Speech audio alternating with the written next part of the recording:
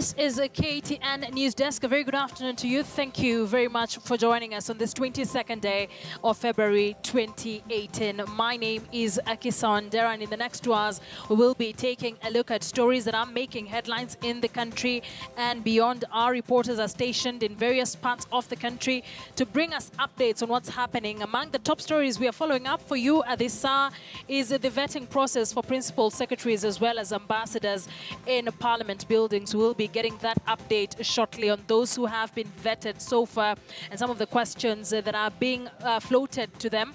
We'll also be speaking to our reporter Shadrach Miti on the LSK elections that opened earlier on today to just see how the process is, even as it is surrounded by a lot of controversy. Victor Ogale in Mombasa will be giving us an update on the demolition of structures outside the Congo market in a short while. Once again, thank you very much for joining us. We definitely have a lot more lander for you. Let's begin with Victor from Mombasa, where we understand that structures outside the Congo market have been demolished by Kenha. But let's speak to Victor for more updates. Victor, what are you getting from the scene? Well, Akisa, a few minutes ago, there were chaotic scenes here, the Congo market, rather the light stage that is along the Fidel Odinga Road, just at the junction between Fidel Odinga Road and Malindi Road. And that is after there was a bulldozer, or rather there were officers who came by with a bulldozer demolishing kiosks or other structures that were here. And remember, these structures that have been here for a while, there are people, there are quite a number of people. This is a section that has employed hundreds of people here who deal in mitumba clothes, selling various things. And to them, they say that they were not given sufficient notice to vacate this premises. And they woke up this morning only to see a bulldozer, which we have confirmed is from Kenya, that is the Kenya National Highways Authority, and they were demolishing this particular place. And after that, they seemed to be aggrieved by what was happening. And that is when some chaos erupted. People started burning tires here and blocking the roads, which as of now, normalcy has returned, and as you can see, the traffic is now flowing, matatus going, or other vehicles going into and outside town, even vehicles going towards Nyali. There is a bit of normalcy, and I'm just joined here by some of the traders, perhaps. Bro, habari ya leo, labda tutueleze labda nini kilichotukia, mliamka mkaja hapa mkapata nini? Sisi tumeamka tukafungua kazi vizuri, minda kama saa 3 hivi ndio tumeona roli imeletwa imebebwa. Wakaanza kufunja vibanda, wakatuambia tufunge, hawakutupatia hata notice. Wakaanza kutoanisha, wakaanza kufunja wakifuta, wanafuta mpaka kwa duka, na hatukuwa tumepewa notice na tujaambiwa mahali tutaenda. Sasa sisi tumekuwa tumechanganyikiwa. Labda ulikuwa unafanya biashara gani ama umepoteza nini katika shughuli yote? Mimi nafanya biashara, niko na duka hapa. Na ukiangalia kama vile unaona ni ile imefunjwa na ilikuwa na vitu nje na zingine zimekanyangiwa hapa chini. Na kuna wale watu wenye vibanda hapa wanauzia kwa vibanda, hawana mahali ya kuweka ile mzigo kwa store. Sasa vitu zingine zimekanyangiwa ziko hapa chini vile unaona. Na tujaambiwa tutaenda wapi ama tutafanyia kazi wapi. Tumeenda hadi town, tumeenda kwa ofisi ya Njo ya governor. Hatujampata, tumeambiwa kwa court. Tumeenda kwa court hayuko. Tumekuja hapa akipigiwa simu hashiki.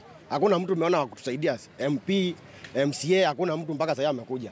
Sisi tumengangana na tujapata usaidizi. Polisi wao wamekuja kutupiga tiangazi na sisi tunatetea mali yetu, manake hapa kuna watu wengine wamekuja kuiba hizi vitu zetu. Sisi tuko hapa hatuwezi ondoka, tunatetea haki yetu.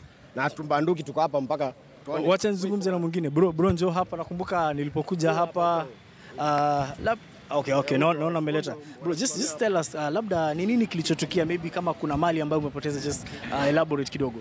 Okay, kwa majina naitwa Linus Muli. Tumekuwa kwa hii soko for more than 10 years. Na kitu ambacho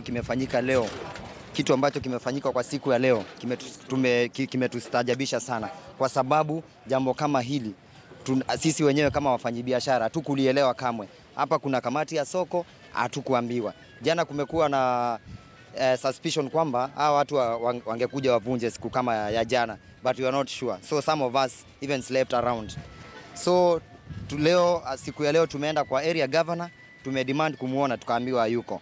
Kisha tukaenda kwa mbunge wetu, tukademand kumuona, tukaambiwa hayuko. MCA wetu hakuna mmoja ametokea mpaka saa hii, na hatujui ni vipi. So we need to know the way forward, na tumesema tutoki hapa bila kujua suluhu ni gani.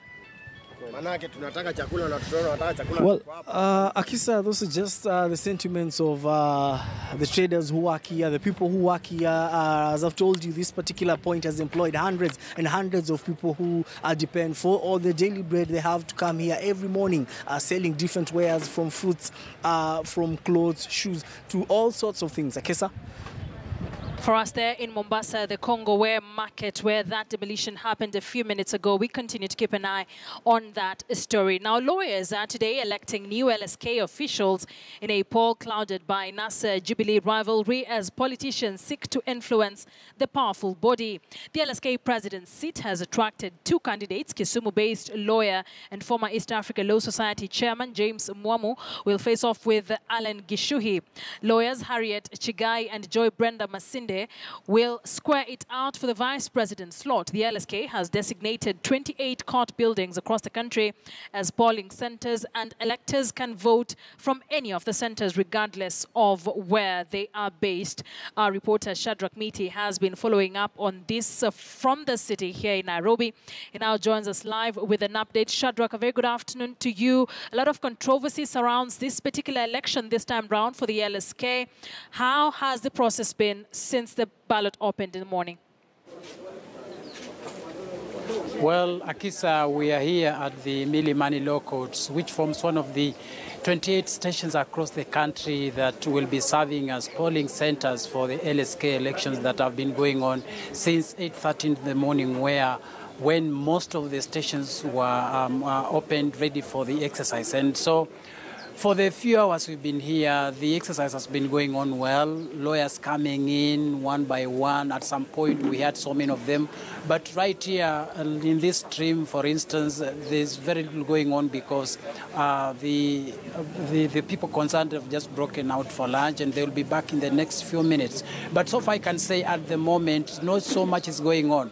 The much activity that we experience in the morning is not as such, and so that means with the progress of time, the numbers have been reducing slowly by slowly, and so at the moment just a few of them are still coming in ready to elect their new leaders. Remember, this year's election, we have about 35 candidates vying for different elective seats, and that's about 16 elective positions that are up for grabs. And so out of these 37, then we shall be knowing exactly who will be taking what and who will be elected in what capacity. And so out of the 16 posts that will be vied for, some of them will be vying to be on the cans of the LSK. A few others are vying to be in the governing body of the LSK, and others are vying to be in the lawyers or advocates tribunal. And so when we came here in the morning, we sought some comments from top contenders in this regard. The chairperson, the person running for the presidency of the LSK, that is Mr. James Mwamu. We also had a chat with Mr. Alan Gishui, and all of them expressed the concern of the visible divisions within the LSK, and they agreed that indeed at the moment LSK seems to be facing a crisis of confidence.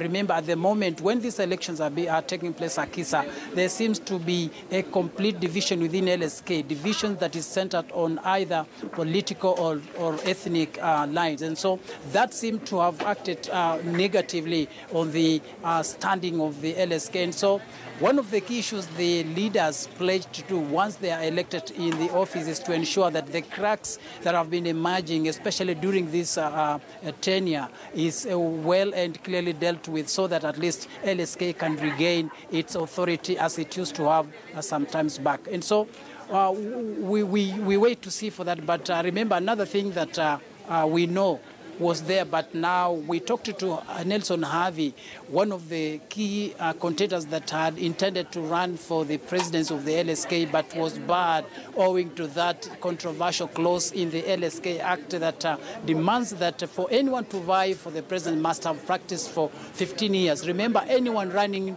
for the post of the LSK president, Akisa, must also be in the same position to be a judge, either a High Court judge or the Supreme Court judge. And so that makes it one of the key qualifications for one to vie for that post must have practiced for at least 15 years, and that did not seem to have worked well with lawyer Nelson Harvey, who, despite even going to the court to challenge for the same, was told the court still stood its ground, saying the law cities in the act did not allow for him. And so by yesterday, the information that was out there was that young lawyers had threatened to boycott the exercise, but that did not happen. And we talked to Harvey, who said after consultation they decided that boycotting the exercise would even make matters more worse, and so they chose to participate, so that even after the election, then they will be raising their concerns, so that the controversial act can be amended and ensure that the perceived discrimination that is therein is dealt with, so that everyone can be allowed to vie for any post regardless of the time he has served or he was admitted to the bar. So those are some of the things that are happening here, Akisa, and we are still keeping our eye on the ground to ensure that everything that happens, we record it, and we shall be keeping our viewers updated on the same, so that nothing passes by without our notice.